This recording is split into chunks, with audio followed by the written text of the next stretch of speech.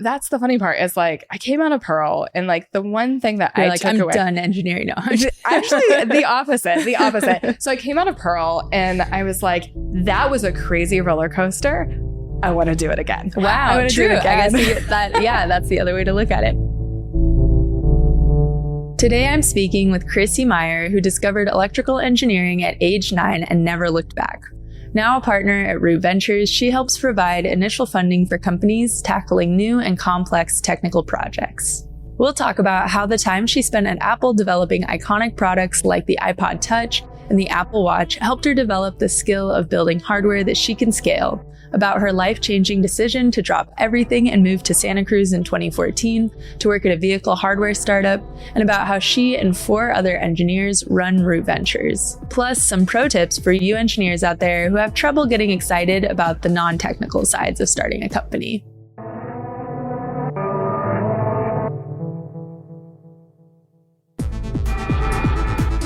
We live in a time where design and technology touch every aspect of our lives. But where did it all come from? Who designed it? How is it built and brought to market? What will it look like in a year, 2 years, 100 years? From the phones and smartwatches that help us in our day-to-day to the cutting-edge spaceships and 3D printers that are leading us into the future, modern design is constantly shaping the way we work, communicate, problem solve, and play. And every new design, big or small, starts with an idea and a bill of materials. I'm Magenta Strongheart, and this is The Bomb, where we talk to leading innovators in the tech world and celebrate the transformational power of design.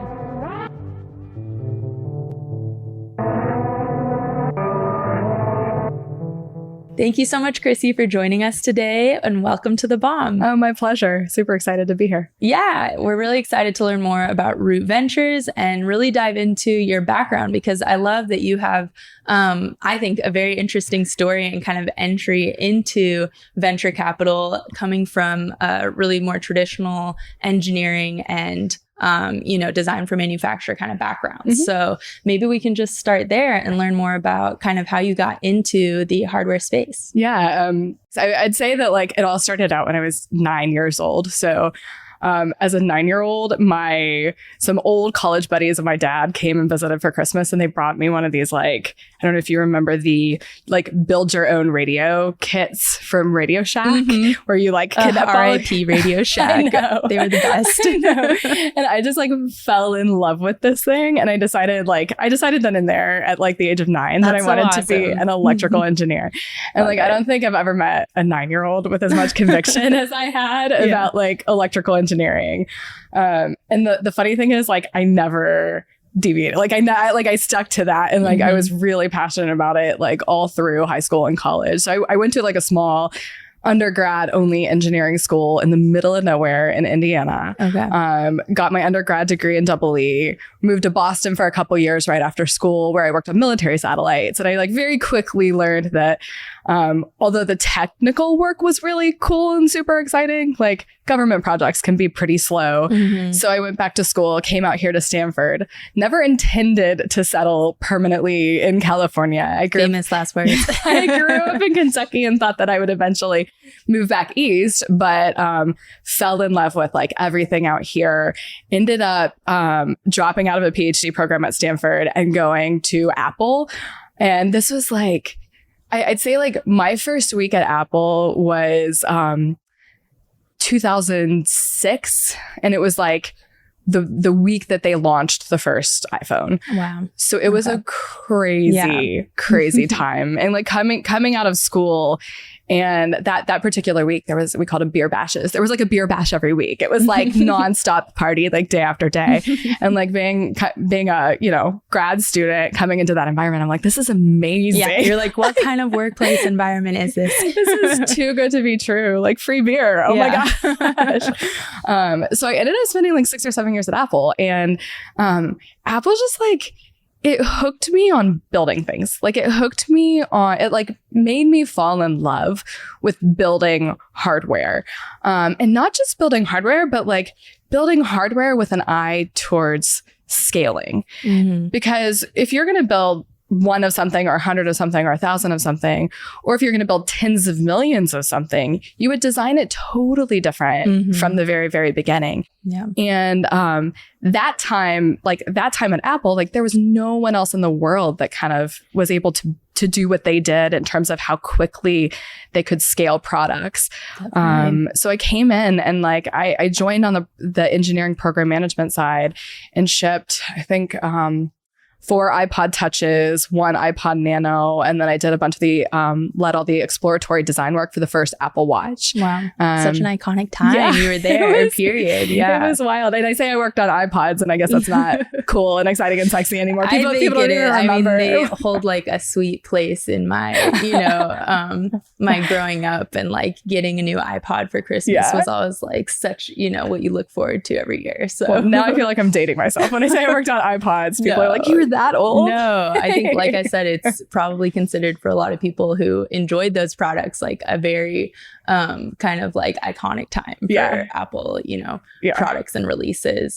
I mean, I feel like, I don't know, I guess as much if people like wait outside the doors of Apple in long lines anymore for releases, but I feel like they do. Okay, I'm not as in the loop with that, but I'm like, ooh. But for iPods, I feel like that was such a huge thing, know, and the first rounds of some of the iPhones and stuff for sure. Yeah. What would you say? So you mentioned, there were like some key differences in designing for hundreds and thousands versus millions. Can you, if you can, summarize any of those key differences? I think our audience would be really interested. Yeah, totally. I mean, well, first of all, like you're designing for it to be manufactured in a factory from day one. So the idea of doing like a couple of prototypes at your desk, like that's not really an option. Like you're immediately going into factories. Most of them at my time, like were in southern China. So when I say I spent like time at Apple, the reality is I spent the vast majority of my time like in factories in southern China. Wow. Yeah. And like months at a time too, trying to bring up lines, because even if you were building 100 of something, you had to make sure that it was like producible and assemblable without any like, really complicated maneuvers or really like difficult, repeatable. It had to be super easy to manufacture and repeatable. But then the other thing is like, you have to realize that, if you have, I'd say like 1 in a million batteries exploding, well, if you're shipping 40 million of something or 50 million of something, that's a big problem. Like you got to fix that. Like that's not acceptable. Not gonna work. Though we would like never use the words. You can't use the words like fire or explosion. Like you have to. I think what do we like thermal event? Okay, is the like politically correct term, the technical term. Yeah, the technical term to use. But it's the idea that like 1 in a million failures, you actually have to figure out if you have those early, and then design them out or design protections in there like to protect against those, because they could turn into a very big deal. And there just aren't that many companies in the world that manufacture at that scale and that volume that you actually care about 1 in a million failures. Of course. So it's a different level of engineering that I'd say is like trains you to be hyper detail oriented and have multiple like redundancies in like everything that you do and every part that you source. There were no several examples of components that you couldn't single source from one vendor, because there's no vendor in the world that can, machine enough enclosures to like meet the volumes that you need. So there were some parts on our bond that we would have to have 5, 6, 7 different suppliers for, which means 5, 7, 6, 7 different suppliers that you're qualifying, that you're managing, that you're calling every week and trying to stay on top of and make sure that they work through their issues. So it was an exciting time to be there, but it was also intense. Yeah, it was I can imagine. Intense. Definitely. Do you have any memories of working under Steve Jobs? I'm so curious. I was like, now that I think about that era also, I'm sure people ask you that. Yeah. But. Well, I'd say like probably the thing that was the biggest like thorn in my side is that, when we would do prototype builds in China, like we would always want to pick like the best unit and like rapidly take it back to the US for, what do we call it? We called them like exec units, which it was basically for like Steve and like the upper level execs to look at. And those units we would always cherry pick. It would be like the best and the best. So we would spend hours. I mean, hours, like just picking the best trying to find like looking you knew they'd every be little gap, like... every little gap and offset, and every little like ding and scratch, and we would also make sure that they like went through all the test stations, and that like the microphone performance and the speaker performance, that everything was like best in class. So just the amount of like time that we would spend in China just preparing the prototype for being awake at 1 a.m. being like, oh, is that a little ding there, like we can't send that one back, you know. Oh man, so intense, like you said. intense but it was a good like intro to like high volume consumer electronics. And like going back to my story, I then left Apple and went to Square to work on credit card reader hardware. And it was a totally different beast, because now all of a sudden I was learning how to build hardware that we were effectively giving away for free. You know, we weren't charging anything to the merchants to send them a little credit card reader. So cost mattered a lot, but it was also B2B hardware. It was like we weren't selling to end consumers, and it wasn't the type of volumes that I was used to at Apple. So it was a totally different beast, but challenging in its own way. Yeah. And when you started at Square, how kind of established were they when you first got there? They were still pretty early. I want to say it was 200 or 300 people total. So I'd imagine that's a huge difference too, from going to a pretty, huge company. Yeah. They have all their kind of processes in place and their contacts and their standards. Yes. Did you get the opportunity to kind of set that up at Square? Yeah. But the nice thing about when I came into Square is I think we had like 10 or 15 people on the hardware team at that time. And a good chunk of them were from Apple. So it was like a lot of the core Apple DNA was brought over. So it was, even though sorry to interrupt, but was Square founded by like ex-Apple team members? No, not at all. But one of the early hardware, the guy that like ran the early hardware team, he did come over from the Apple accessories team. So it was still a bunch of people from Apple, which was nice, because it's like, yes, we have different constraints, we have different cost targets, we have different sets of suppliers, but at the same time, like the core team had an idea. Like we were just, even though we had never worked together before, like we were all operating under the same processes. We cared about the same things. We approached product development from the same way. And I think that made things a lot easier, because the team just kind of gelled and could kind of jive from day one. But it was amazing to see, like the funny thing about me going to Square is that it was the first time in my life I had ever worked at a company where like hardware wasn't the primary thing. It wasn't like the end all and be all. And it opened my eyes to this world, this whole world of like software and software development. And it's just like, oh my gosh, like hardware is a piece of this, but so much of what the suite of products that Square was building out, and like 98% of their company was on the software development side. So it gave me a lot of exposure to that, which I think was something I didn't get a lot of at Apple, frankly. And how the hardware can really support that mission and the whole user experience. Yeah. That makes sense.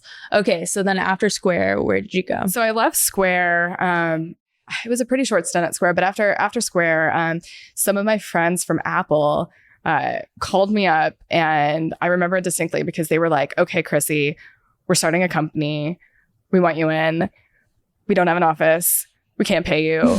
We don't know what we're building, but like, we know we're going to do this. And honestly, like if you looked back at it, it was probably the top, like, 4 or 5 people that I'd ever worked with like over the course of my entire career.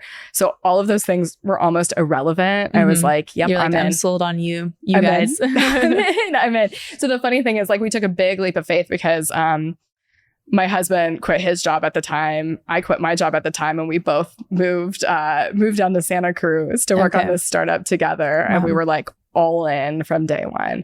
And it was called Pearl Automation. We were building vehicle technology products. So think like backup cameras, blind spot warnings, aftermarket products that could be put onto like any vehicle. Oh, interesting. Okay. Ended up not working out. Like we ended up raising a decent chunk of money, growing the team to about 80 or 90 people. And then like the whole thing started to unravel, never achieved product market fit, and shut the whole thing down after a few years. So it was this crazy roller coaster of like really exciting, like I don't know if we're going to make it. And then we'd raise another round and like get another infusion of capital and be like really excited about growing the team and scaling and then, you know, ultimately shutting it down. So I think that like living through that has given me now a lot of empathy for founders because I know like the emotional journey. I was going to say, like, what would you say were your kind of top 2 lessons learned from that experience that you feel like you apply to a lot of the conversations and teams you're supporting now? Yeah, I mean, honestly, I think the first one is just like really figuring out what the formula is to determine whether or not you have product market fit. Like having that be like the first priority. I think that coming from Apple, like it's core to your Apple DNA that like you keep everything quiet. Like everything is like really, really under wraps. Everything is secretive. You don't want to let it out there what you're working on because somebody might copy you and get to market first. And I think that there was a little bit of like core Apple DNA in our team and like what we were doing. And I think we should have been out there talking to more people. And I think we should have been out there like, and I think that that's some of the things that like with my current startups, it's like, okay, like what can we do to prove or disprove the value that we're bringing to customers now? And what can we do to prove or disprove how much value we're bringing to our customers with the next feature we release and the next feature we release and the next feature we release, and trying to de-risk some of that as early as possible before you grow a team, before you bring on additional capital. And I think that's probably one of the big takeaways. That's really interesting because I think at all stages of designing, product development, going into business and wanting to start their own business, depending on, you know, what it is, if it's around technology or hardware, software, product or B2B, like the amount of sharing in today's world, like what is appropriate, what's going to be advantageous versus what can ruin, you know, what you're working on.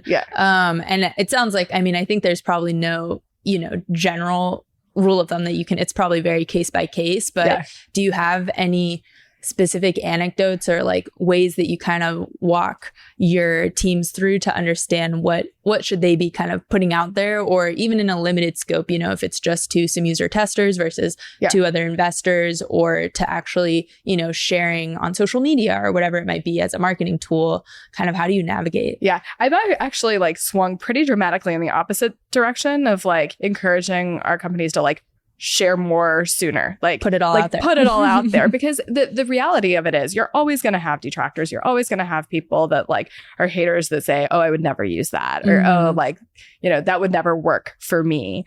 But then like even those people, you can extract so much value. Yeah, you can still learn from like, you know, how do you segment them? Like, why are they saying that they would never try your product? Like, and then like just the sheer amount of like, it just helps you segment your customer base a little bit more. And I think that you can get a lot of information out of that too. So it's like now I think like putting things out there as soon as you can gets you as much data and as much information that will allow you to refine your product. Absolutely. Okay, so you said product market fit was one of the lessons you learned from the experience with Pro Automation. What would you say is kind of the second big takeaway that you carry on to your work that you do now? Yeah, just the value in staying like lean and scrappy.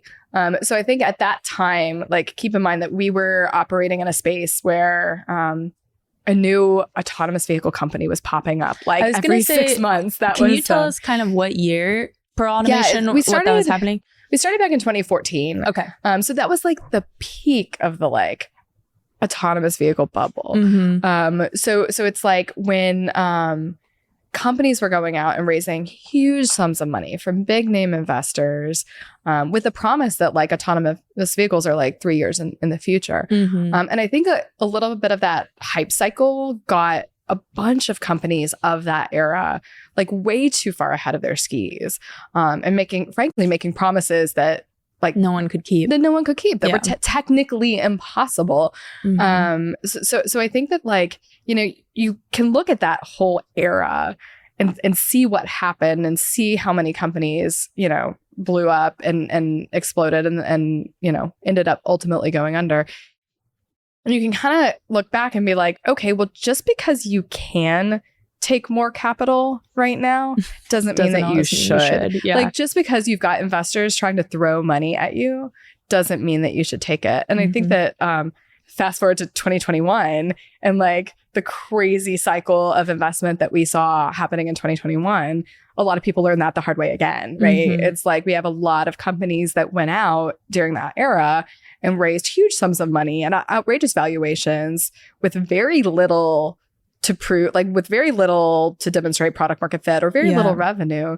And the fortunate thing is a lot of them now have a big bank account. So they've got a lot of time to like grow into that valuation. To catch up. but I think that a lot of them will ultimately, like a lot of companies in tech and startups in tech will struggle and like may not be able to grow into that valuation because they've gotten a little bit too far ahead of their skis. So I think there's like just this value in staying lean and scrappy until you've proven, until you know in your heart of hearts that like you have a product that people want and you're ready to scale it. Makes sense. And you're inspiring me. Like we need to do maybe a segment on kind of those early, well, not early, but like you said, kind of the autonomous vehicle bubble. Yes. We should do a kind of like deep dive on that because on, what kind of succeeded, what failed, I think would be really interesting, especially in this time when it's so much, technology is progressing right now in that space. And we're doing kind of a lot of interviews. I think I mentioned when I reached out to you, wanting to get in touch with some of the companies that Root's working with in the autonomous vehicle space, because that's kind of one of our themes for this season. But it'd be really interesting to go back and kind of see, what was kind of ahead of its time or didn't, like you said, really have the backing to keep up with their investment. I think it's really interesting. But the amazing thing is like so much came out of that period, even if like the future of fully autonomous vehicles wasn't right around the corner as everybody had promised. So much came out. Do you think it helped expedite a lot of what's happening today? I mean, look at just like case in point, LiDAR technology. Like look at how much that has been expedited just because of the capital that went into the AV space. And look at like now all of the new use cases and like places where it's being adopted and like industrial robotics and like things, entire industries have moved forward by, decades because of some of the core technologies that were developed out of the AV wars. So like that's to me as an investor, like that's the exciting part. It's like, oh my gosh, like regardless of what happened to the autonomous vehicles, like, oh my gosh, the tech that came out of this, transferable tech. The tech that came out of this is amazing. It's like is applicable to so many different areas. Definitely. Okay, so then back to Chrissy's journey. Oh yeah. So after Pearl Automation, did you go directly into investing? Yeah. So that's the funny part is like I came out of Pearl and like the one thing that I took away. I'm done engineering now. Actually, the opposite. So I came out of Pearl and I was like, that was a crazy roller coaster.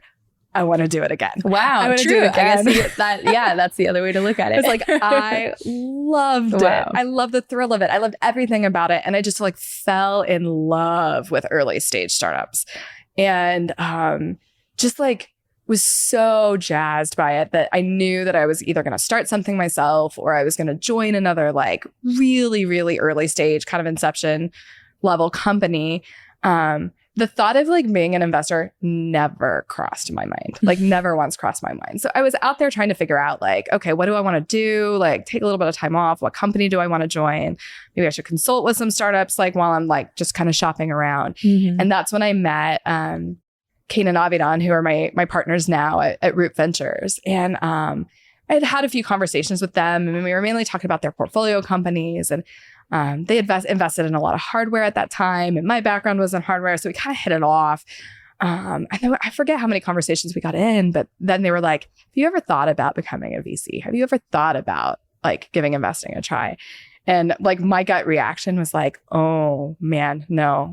Like I've never taken a finance class. I've never taken a business class. Like I'm an engineer's engineer. Like that's not like investing is not my thing. And their response to me was like, yeah, but those are the easy parts to learn. That's so interesting because I'm sure that's what a lot of people think is like, I can never get into investing because I don't have really the like financial background or something, you know, or understanding, kind of that business side of things. Yeah. So and like their whole reaction was just like the engineering, like that's the part that we can't teach. Assessing technical risk and looking at a team and looking at a product and looking at a bomb and a roadmap and like being able to call bullshit or like not like that is the part that's the hard part. And like that is the stuff that I already had and like got most excited about. So I ended up joining them. And this was right around the time, it was the end of our first fund, the beginning of our second fund. And like within like, a few months, I had just fallen in love with investing. Like it is plot twist. Yeah, it was, and I knew that like I knew that it would be really, really hard for me to turn around and go back to an operating role because I just like fell head over heels and in love with like the work and just the exposure. Like you're getting a front row seat to the future. Yeah. And there's something really exciting about that. Yeah. Like you mentioned, kind of just the technology that's coming out of these companies and getting to, kind of be front row in those discoveries and where all of that's going. It's got to be so exciting. That's awesome. We're going to take a quick break. When we come back, we'll hear all about Root Ventures and the types of companies they invest in and what Chrissy's most excited about for the development of AI these days.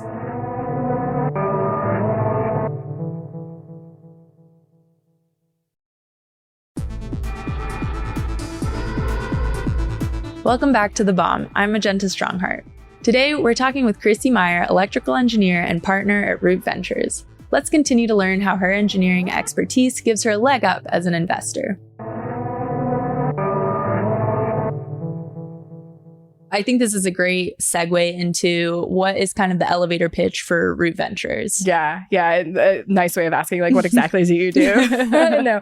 But I mean, I like to start out by giving a little bit of context, which is that, like, we're a team of 5 investors. And every single one of us has an engineering degree. Like we are all engineers and we like funding other engineers who are working on like really, really hard technical problems. And then to back up a second, like I like to segment like working on hard technical problems can mean a lot of different things, but I kind of segment it into 2 broad categories. One is teams that are building really technical products. And then the other is people that are building products for really technical teams. So to give a couple of examples, it's like really technical products. That could be pure software. That could be hardware. That could be biology, chemistry. Any of these things in any of these categories, you find people building really technical products. But we've invested in Wild Type, which is a company that is growing salmon from stem cells. So like being able to eat fish without ever killing a fish. Not what you would expect when you think like hardware VC. No, not at all. But very technical product. Absolutely. I've invested in a company called Oma Fertility, and they're actually using computer vision and AI to improve success rates in IVF treatments. Wow. So again, a really technical team working on a really technical product. And then the second broad category of products for technical teams, my partner Lee Edwards, he has a software engineering background and he has like done a tremendous amount of work in the software developer tool space. So a lot of his investments have been software developer tools. Similarly, like coming from a hardware background, I realize how bad the state of the art is in hardware. And I've done 2 investments so far and always looking to do more that are like what I call hardware developer tools. We were just talking to Valentina at Allspice. Oh yeah. So. and Valentina's amazing. And like Allspice is building like the GitHub for hardware that understands and interprets native EE file formats. Yep. And then we've also done another one called Quilter that is basically generative AI for printed circuit boards and doing printed circuit board layouts. So it's tools like that have a really technical customer, but there's been such a like dearth of like good tools in that space that it's exciting for me to like dig in and invest in those areas. Definitely. No, that was a great kind of overview of all the different types of companies that you guys work with. And honestly, I'm like, it's great because we're ahead of schedule. Now you've covered some of the questions I was going to ask you later. Sweet. No problem, just built in. But you brought up that when you joined, you guys were just closing your second fund, it sounded like. So, and you guys just announced middle of last year that you closed your third fund. So could you walk us through kind of the differences in the previous funds and the current one you're in now, the third one, what you guys are kind of focusing on? If there's any difference, which I think there was when I was doing a little bit of research.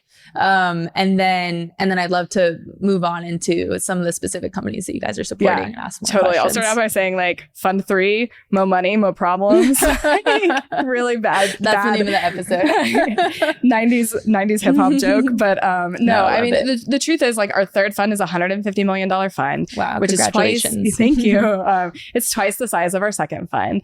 And with that, we've really doubled down on our like core thesis, which is like really hard tech, but at the same time, it's allowed us to write bigger checks in day one of like funding a company. So now we're writing $2 to $3 million checks, which allows us to have a really concentrated position and really concentrated portfolio, which allows us to like lean in and spend more time with the companies that we invest in. So a lot of a similar thesis to the types of investments we were doing in Fund 2.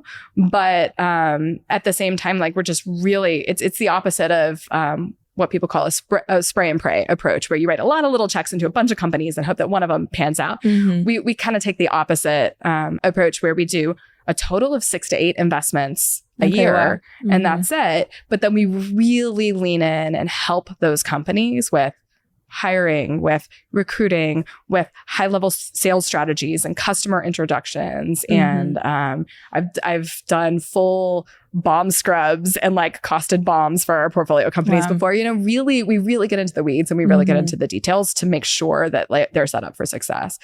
That's huge. But then the other difference is like it's been fun to watch like the evolution of Root since I joined back in 2017. It's been really fun to see kind of how our areas of interest have shifted and evolved. Because like I alluded to, like our Fund 1, which was like a $30 million fund that was raised before I even started.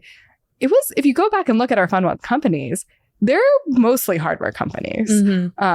Yeah, I feel like that's something I've seen consistently throughout kind of Root's history. Yeah, and I think we've established like a strong reputation in the hardware space.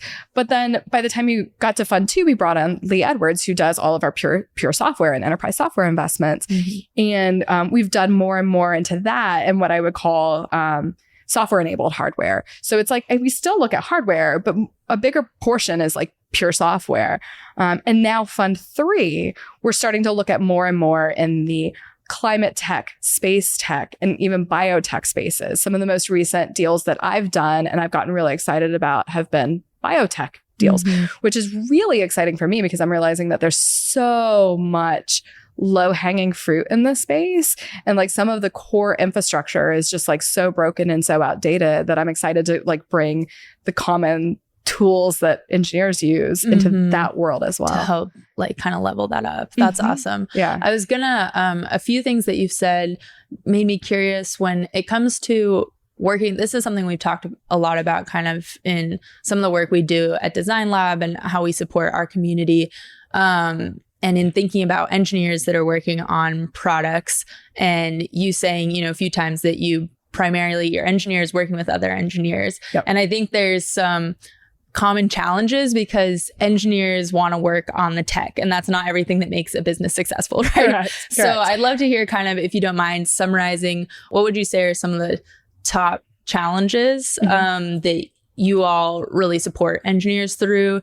And then how do you go about, I don't know, is it just immediately kind of building out the team for those other roles or any pro tips for engineers who are terrified of dealing with all that other stuff, you know? Well, I mean, you're probably not going to like this answer, but engineers that are terrified of all that other stuff, they probably aren't the best like founders and CEOs for a company. And I think that I've seen the trap far too often that I like to care to admit of like really technical founders that are working on amazing products that like it's hard for me as like an engineer to not get excited about what they're working on. I'm like, this is the coolest stuff I've seen. But all they want to do is focus on the tech and have a really hard time like pulling their head up to think big picture strategy, go to market, who our customers are, how we're selling to them, how we're going to reach them. And it's like that, and how we're going to grow the team and like what order and sequence we're going to grow the team. And I think that like there is such a thing as a too technical founder. And it's okay to have a technical founder like that if they have a co-founder and a counterbalance that they deeply, deeply trust. And this might be like this might be a little bit of a controversial opinion, but I think it's really hard for like two co-founders to come in from like completely different places that had never worked together before, and have that level of like trust and a commitment that they need, because there's always going to be issues. It's always going to be a rocky path and emotions and a struggle. And I think that like, you know, having co-founders that are not excited about customer discovery and those types of things is always a little bit of a yellow. Yeah, it's always a little bit of a yellow flag to me. No, it is. Yeah.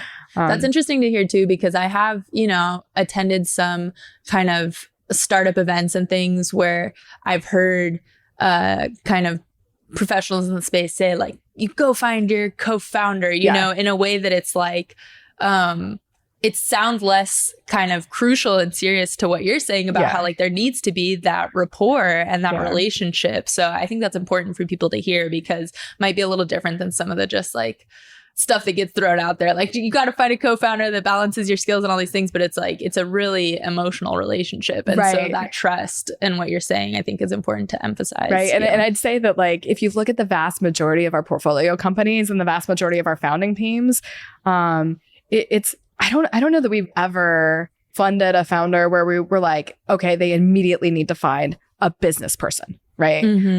Because usually if they don't have some core interest, and I'm not saying they have to know it inside and out. We don't fund people that are coming right out of business school. More often than not, they're PhDs and like, you know, technical disciplines.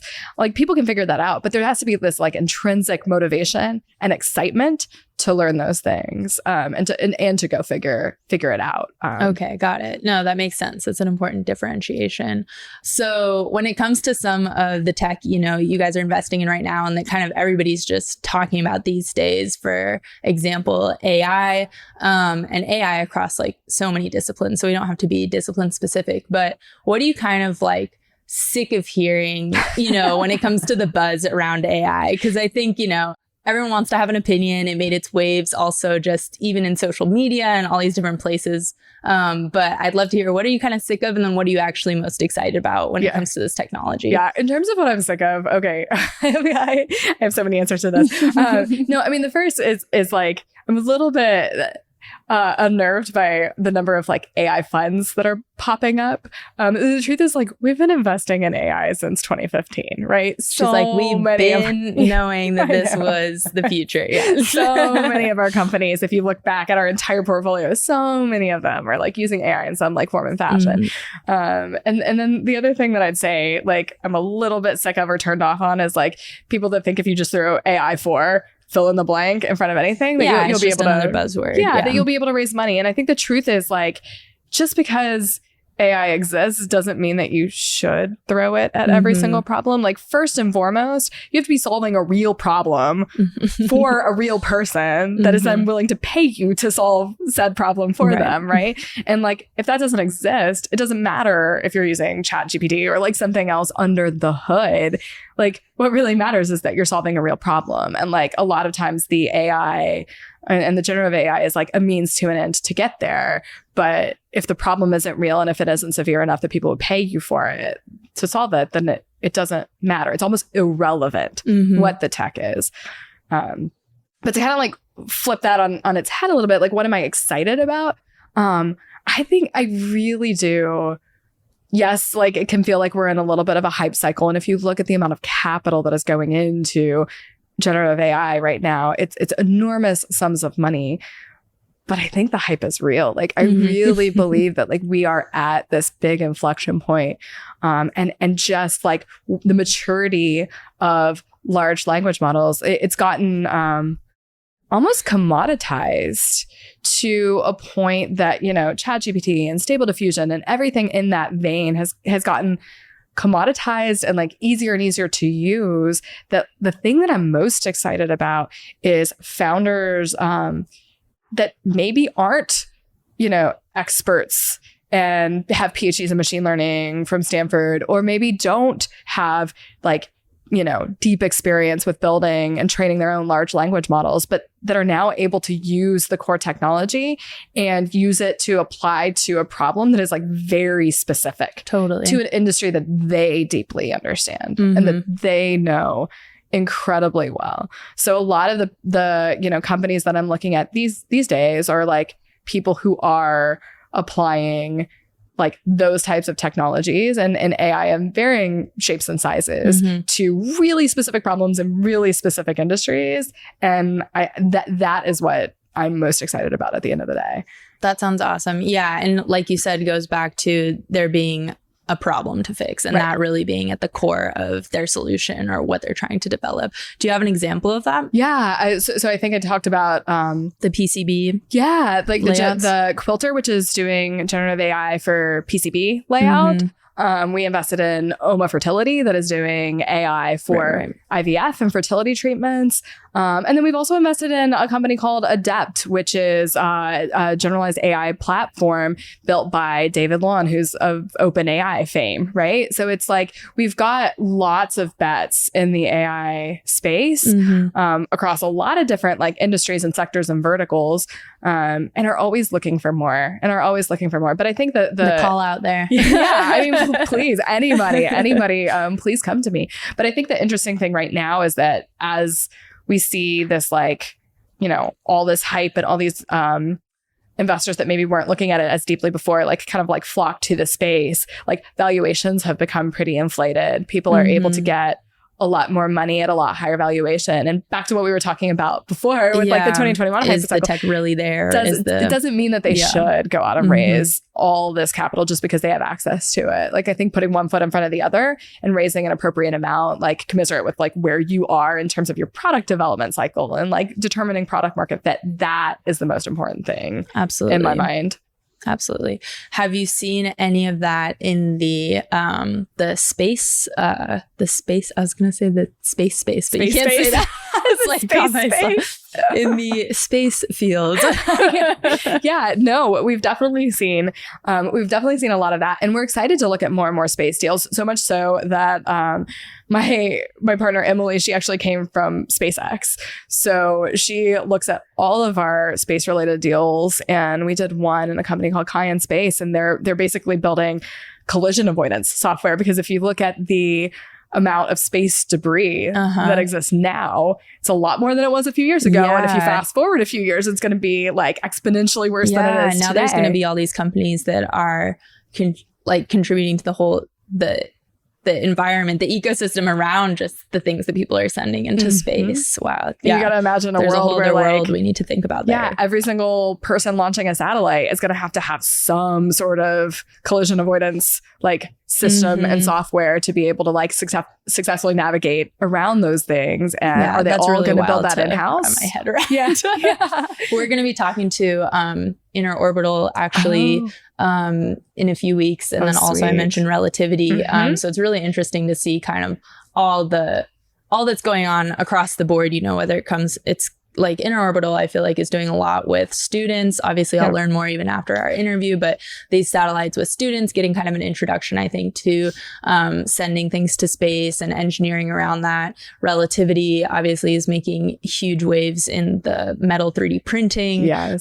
Their rockets and all that they're doing. They have a launch coming up, I believe, like next week. I don't know if by the time we get this episode out, it'll be as relevant, but you've got a good lineup. That's really exciting. Definitely. I'm like, I want to talk to all the folks you just mentioned too. But also we spoke with someone at NASA JPL and we were kind of talking about, this relationship because it's so expensive to send stuff to space. There's all of this collaboration that happens, between private and public entities.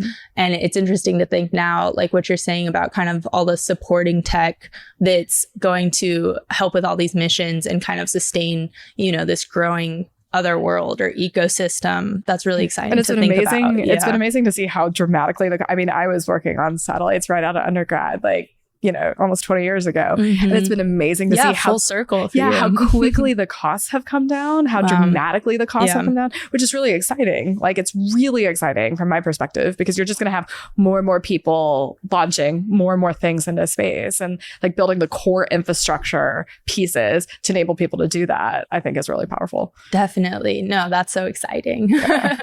I think we could go on and on, kind of discussing all the different fields that you're investing in and the exciting companies. I'm hoping that we'll be able to do, follow-ups in a way that we're actually reaching out to some of these companies and doing more interviews, because it's so great to learn about Allspice from Valentina herself and, more folks in some of these spaces we discussed. So I'll save some of that for, hopefully I'll tease some future episodes and get you hooked to intro me to all those people. I will. But I'd love to just round out with a few, I guess, more kind of rapid fire questions. Sure. Because I do know we're almost out of time here, and I really appreciate, you taking the time. I know you're very busy. So one of my questions was, what would you say is kind of the most unexpected, satisfying thing about being in venture capital? Yeah. The thing that I didn't expect and I didn't realize is that like you can learn so much about dramatically different industries and dramatically different products and technologies in like such a rapid fire way. Like, I can be on a call talking about like engineering tools, and then the next hour being talking about, the fertility industry, and then the next hour talking about the fishing industry and the fashion industry. And like, it's like, one thing after another. And I can't think of another job where like you get paid to learn as much as you can from like top experts in the field. The last company that I diligenced was a biotech company, and like I spoke on the phone to like the former head of strategy at Moderna and one of the inventors of CRISPR. It's like, how so cool awesome. Is that? Yeah, definitely. I mean, one of my favorite parts of my job is that I get to speak with so many different people that are passionate about what they're working on, and again, kind of get introduced to all different kinds of technology, businesses, everything in between. So I can totally relate to that. I love it. And when it comes to, I mean, you kind of mentioned it. I was going to say, what's kind of your pro tip for learning, some of this highly technical stuff so quickly, but it sounds like you get to just like reach out to experts, which is awesome. I mean, that's my favorite way to learn. So I was do you have a podcast or book or favorite, outlet? But you're like, I just call the person up on the phone and learn from them directly. And people, you'd be surprised. Like, people are, I think, inherently want to be helpful. So if you can get the right contacts, like most of the battle is getting to the right people. But like, if you get to the right people, then like, I can't count the number of times that I've called in a favor and had someone like hop on the phone with me for just like 30 minutes or 45 minutes and share such a huge like difference. A total brain dump on their field and their industry or their technology. And that to me is like part of like one of the most exciting parts of this job. Yeah. No, that's so great. And then something I was curious about, it made me think of this, what you were saying about kind of your experience at Pearl, but then also talking through like the founders that you said have maybe been too technical to take on or things like that. When do you this is kind of a bummer question. I shouldn't make such a lead up, but like, when do you guys kind of know to, I don't know what the best way to put it, kind of phase out a company, like if it's not going well? Oh, you mean that we've already invested in? Ooh, that's a really... Have you had to do that? And if so, how do you, how does that go, Yeah, I have had when you decide it's like, because you said, you guys put a lot into each company. You're more kind of quality over quantity as far as your strategy. So, I mean, shutting down a company or winding things down is never fun. It's always an emotional journey, whether you're like on the founding team, whether you're an employee, whether you're an investor. It's always like a really like emotional thing. But I think that like having been through it, I've been in venture for 6 years now, or almost 7 years now, and I haven't had to do it too many times, like knock on wood. But I think having gone through it myself, like I viscerally like know what it's like and know the motions, and I hate to say it, but like part therapist for the founders, like as we go through that process. Yeah. And I guess I can imagine it's probably helpful, obviously maybe not right in the moment feels like much of a consolation, but like it's probably helpful to hear that you went through it, and it's not the end, it's not the end of the world. Right. There is, more after that. But yeah, I can imagine that's got to be tough. So that's part of the job. Least favorite part. Yeah. Yeah, I bet. Okay. And then our finale questions that we ask all of our guests on the show.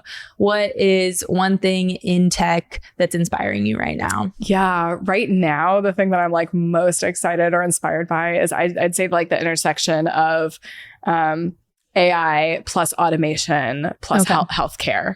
Okay. I think, I kind of mentioned this before, but like there's a lot of low hanging fruit in the healthcare space. And I think that not only is there low hanging fruit and potential applications for technology, but like potential applications that could move the needle in a really, really big way and impact a lot of people.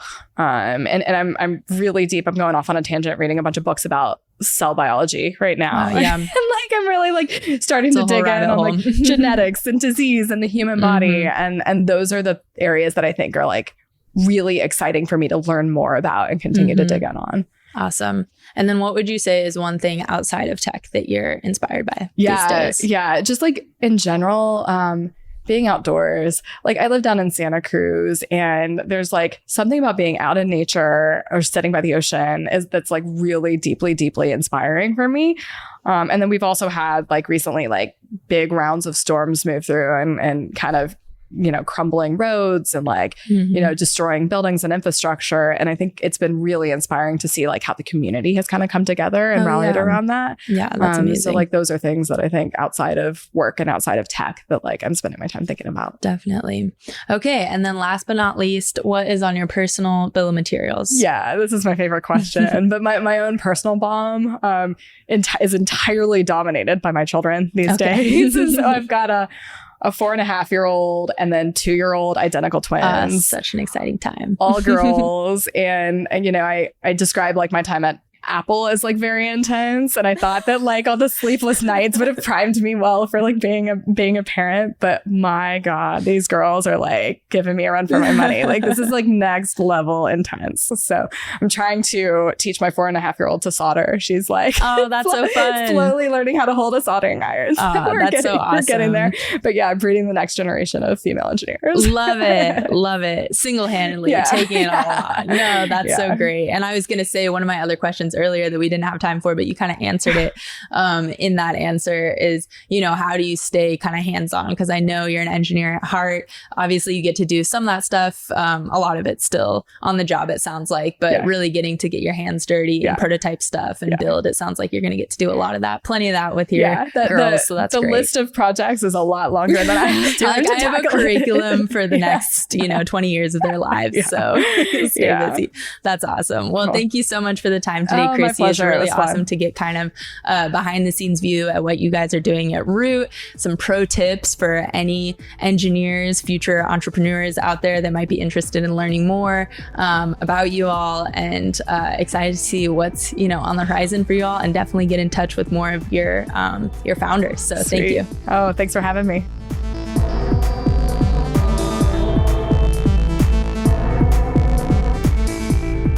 Thanks, Chrissy, for sharing your expertise with us today. We can't wait to see what other companies Root Venture invests in and how AI and space technology change in the coming years. I highly recommend checking out the Root Ventures website. Not only can you see their amazing portfolio and the companies they've already invested in, it's also just a fun little time capsule and refreshing switch up from the usual tech websites. It's a great time, and we'll link it in the show notes. Thanks everyone for listening.